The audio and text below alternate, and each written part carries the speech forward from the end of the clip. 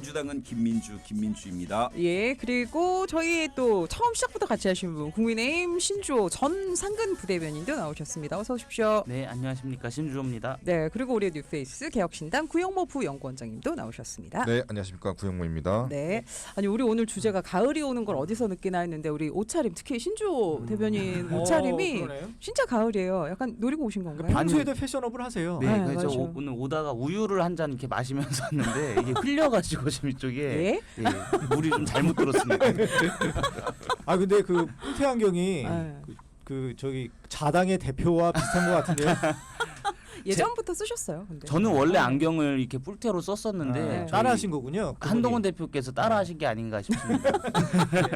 그렇게 넘어가는 걸로 일단은 네, 오늘도 세 분과 함께 여러 가지 이슈를 가지고 얘기할 예. 텐데 사실 첫 번째 이슈 이 맞아요. 이슈로 가져올 수밖에 없습니다. 네, 그 의대 증원과 관련해서 의정 갈등 문제 한번 저희가 다뤄볼 텐데 제가 청취자분들을 위해서 좀 간략하게 좀 상황을 좀 정리해 드리겠습니다. 그 의정 갈등이 지난 2월부터 6개월째 계속 이어지고 있지 않습니까? 그러다 보니까 응급 의료 상태, 그러니까 의료가 이제 비상시국인데 그 한동훈 국민의힘 대표가 지난 25일이었죠. 고위 당정협의회에서 내년도 의대 정원 확대는 유지하되 2026년 증원은 유예하자라는 의견을 대통령실에 건의를 했습니다. 그런데 여기에 대해서 대통령실은 거부를 했죠. 정부 방침은 변함없다. 2026년 의대 정원은 이미 공표됐는데 유예하면 입시가 혼란되는 거 아니냐. 그리고 의료계가 과학적이고 합리적인 단일화를 가져와라. 그러면 논의할 수 있다. 뭐 이런 기존의 입장을 고수하고 있고 여기에 대해서 한동훈 대표는 의료 공백 해소를 위해서는 내 중재안보다 더 좋은 대안이 있냐 이렇게 태도를 고수하고 있습니다. 이렇게 의정 갈등이 당정 갈등으로 번져가고 있는데 이런 상황에서 오늘 윤 대통령은 국정 브리핑을 할 예정이라고 하죠. 네, 의료 개혁 현안에 대해서 얘기가 나올 텐데 정부 방침은 변함없다 이런 입장이 나올 것으로 뭐 당연히 예상이 됩니다. 네. 네, 이런 일련의 상황들 일단은 어떻게들 보시는지 좀 여쭤보겠습니다. 일단은 뭐 의료 개혁이 필요하다는 데는 다 동의를 하시는 거죠. 이제 방식의 차이인 것 같은데 일단은 그래도 지금 현 여당인 우리 네, 신주호 부대변인 먼저 좀 의견 들어보면 그러니까 의료 개혁이라고 하는 것이 꼭 의대 정원만 늘리는 것이 의료 개혁이 아니고 그렇죠. 지금 의사단체에서 요구하는 그런 필수 의료 패키지라는 게 있습니다. 그 필수 의료 4대 패키지라고 요구했었던 것을 국민의힘이 그 지난 윤재옥 전 원내대표 시절에 그거를 받아서 이제 의료 개혁을 완수하겠다라고 했더니 이제 그 부분에 대해서도 의사단체가 의대 정원을 늘리는 것은 결코 찬성할 수 없다 이런 식으로 해서 반대를 한 상황입니다. 예. 근데 제 개인적인 생각이지만 지금 의대 정원을 늘리는 것은 전 국민이 원하는 사안이고 또 지금 상황에서 이것을 돌이킬 수가 없습니다. 그리고 문재인 정권 시절에도 의대 정원을 늘리자라고 주장을 했었습니다만 예. 당시 코로나 사태 때문에 잠시 유예를 했었던 것이거든요. 예. 이 부분에 있어서는 국민적인 요구 그리고 여야 정치권이 이견이 없는 사안이기 때문에 그러한 상황에서 의대 정원을 늘리는 것은 저는 반드시 해야 된다라고 생각을 합니다. 다만 그 방식에 있어서 문제가 있는 것이죠. 네네. 얼마나 많은 의원을 늘릴 것이고 그 어느 시점이냐라고 하는 것인데 지금 국민의힘 입장에서는 뭐 정부 여당이지만 그 국민 민심에 듣는 그 최전방에 있는 것이 정당 아니겠습니까? 예. 그렇기 때문에 현 상황에서 사실상의 의료 공백을 넘어서서 지금 의료 붕괴가 일어나고 있는 이러한 상황에서 지금과 같이 급격한 방식의 의대 정원 확대는 조금 피해야 되지 않느냐라는 생각을 갖고 지금 한동훈 대표가 아마 그런 제안을 하신 것 같습니다. 네네. 예. 그럼 김민주 전 민주당 전 부대변인님 네. 어떻게 보세요? 의사 증원이 필요하다는 거는 이미 다수 국민들이 동의하는 거죠. 저희 그 여야 가릴 것 없이 그동안 그 의사 증원에 대해서 끊임없이 논의가 되어 왔습니다. 특히 문재인 정권에서도 400명을 다만 그때는 이제 공공의대를 설립해서 공공의료 분야에만 집중하자는 의견이었는데 그때도 역시 의사협회의 반대에 부딪혀서 결국 잘 안 됐죠. 근데 그 당연히 저는 의사 정원은 늘려야 된다. 그 변호사를 늘리는 거에 대해서 당시도 반대가 많았지만 지금 현재는 로스쿨이 어느 정도 잘 정착이 되고 있지 않습니까? 그래서 예. 늘려야 되는데 다만 모든 좋은 정책이어도 소프트 랜딩이 중요한데 마치 그 이번에 의사 정원 문제를 윤석열 대통령이 마치 그 군사 작전 하듯이 이 국민을 갈라치기하고 상대를 악마화해서 일방적으로 몰아치는 방식에 좀 문제가 있었던 거 아닌가 저는 그런 생각이고요. 19년 동안 의사 정원을 동결하고 또 차근차근 늘리자는 그 의견들을 그동안 무시하다가 이렇게 의료 현장을 떠나는 의사분들의 행태도 비판받아야 마땅하지만은 대한민국 그 의료 문제에 대해 시스템에 대한 비판 역시 좀 귀담아 들을 필요 있습니다. 특히 그 전공의들의 저임금 구조로 짜낸 종합병원, 대학병원의 문제는 귀담아 들을 필요는 있는 것이죠. 예. 이렇게 생각하고 있습니다. 구영모 부위원장님. 네. 뭐 사실 저번 주에 신지호 대변인께서 와가지고 저희가 사실 야야만만인 줄 알았는데 일주일 만에 다시 또 야야만만이 된 것 같은 한동훈 대표의 메시지나 여러 가지 측면에서 지금 그런데 저는 이 지금 2,000명에 대한 근거가 아직까지도 나와 있지 않거든요. 그래서 이게 도대체 2,000명이 어떤 근거가 됐을까 아무리 생각해도 이해가 안 가는데 네. 그렇게 생각을 해봤어요. 아 윤석열 대통령께서 혹시나 대학 그 1년 정원을 모르고 이렇게 하셨나. 이게 지금 우리나라의 그 1학년생들이 의대생들이 18,000명입니다. 2만 명이 좀 안 되는데 혹시나 한 10% 정도만 추가해야 된다 그래서 2,000명이 나온 거나 약간 그런 생각도 들고요. 근데 막상 이제 밑에 있는 참모들께서는 이제 윤 대통령한테 제대로 이렇게 보고를 안 했는지 그냥 계속 쭉 가는 건지 분위기상. 예. 그러니까 이거 2,000명에 대한 것도 그렇고 지금 올해 3,000명, 그다음에 내년에 이제 4,500명이 정원이 되는데 그럼 내년에 7,500명이 이제 1학년 수업을 받는단 말이죠. 그러면은 올해도 지금 사실상 수업이 제대로 안 이루어졌는데 내년에 그 7,500명에 대한 수업 인프라도 그렇고 과연 그분들도 내년에 정상적으로 수업을 받을 수 있을지 그것도 보장이 안 되고 있는 상태거든요. 예.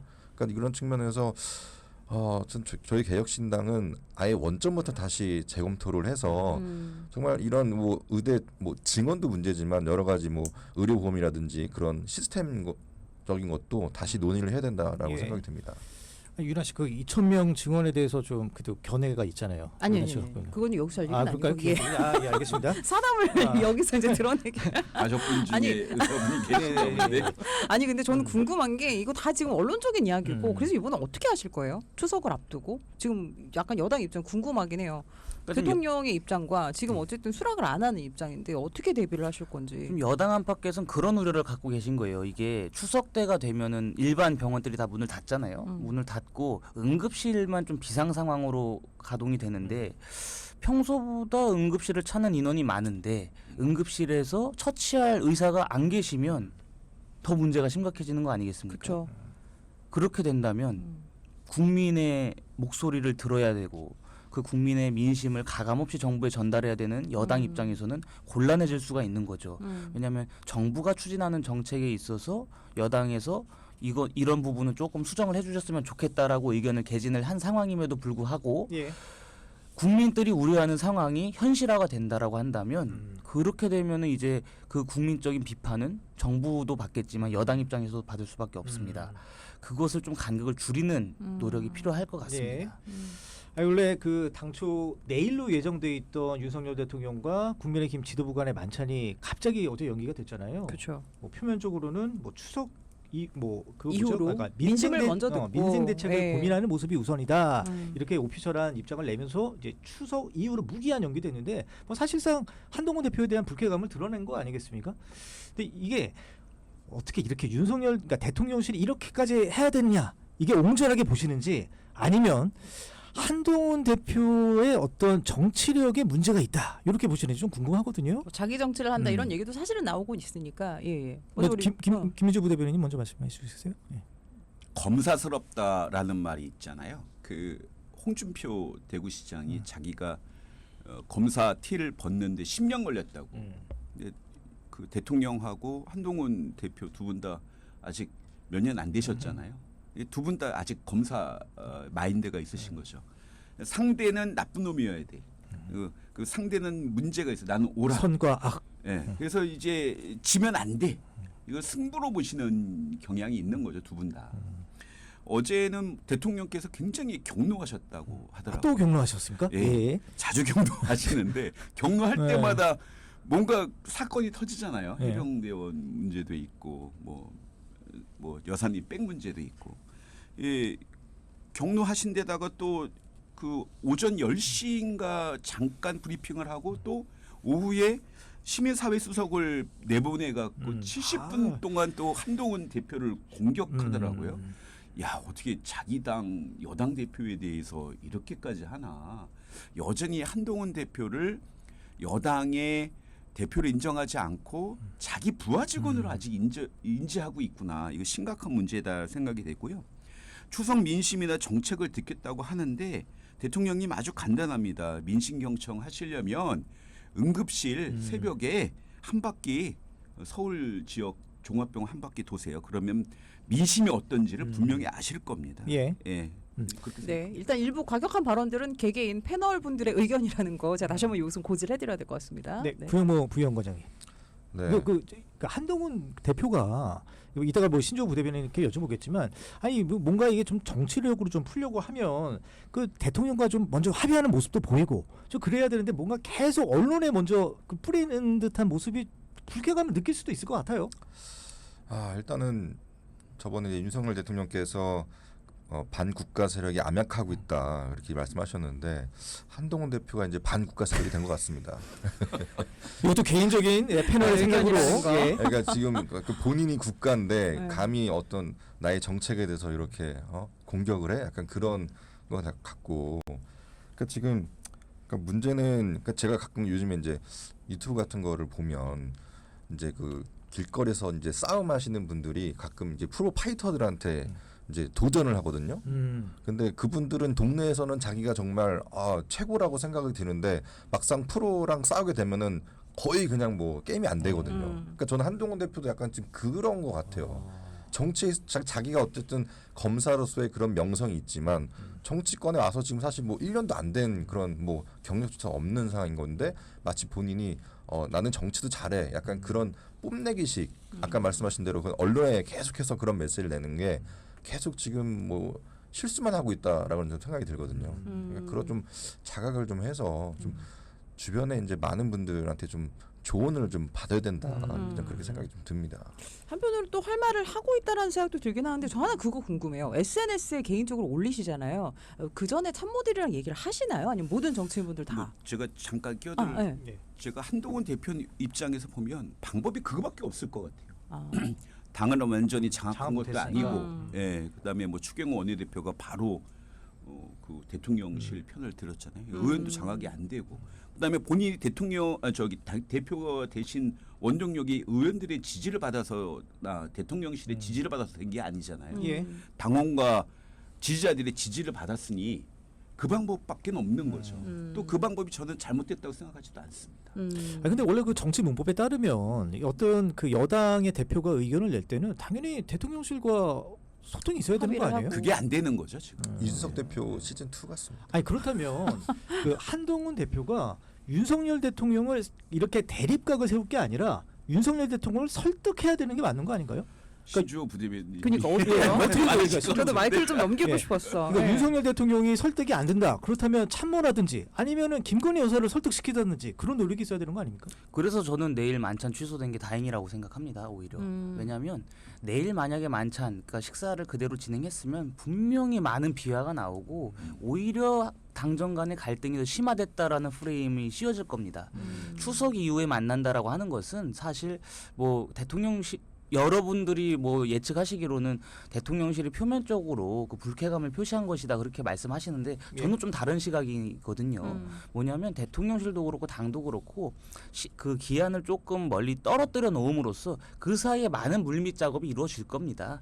그 뭐 대통령실과 당이 제대로 소통이 안 되는 거 아니냐 이렇게 언론에 흘리기 전에 상의를 했어야 되는 거 아니냐 그런 지적들을 어느 정도 받아들여서 오히려 추석 이후에 만난다라고 하는 것은 그 한 달 정도 되는 거잖아요. 지금 남은 그쵸? 기간이 예. 한 3, 4주 정도 되는 그 기간 동안에 많은 물밑에서 상의를 하시고 결론적으로 국민을 위한 정책을 아마 내놓으실 것 같습니다. 아니 근데 한동훈 대표는 물밑 작업이 안 되잖아요. 계속 얘기를 하니까. 아니 그렇지 않습니다.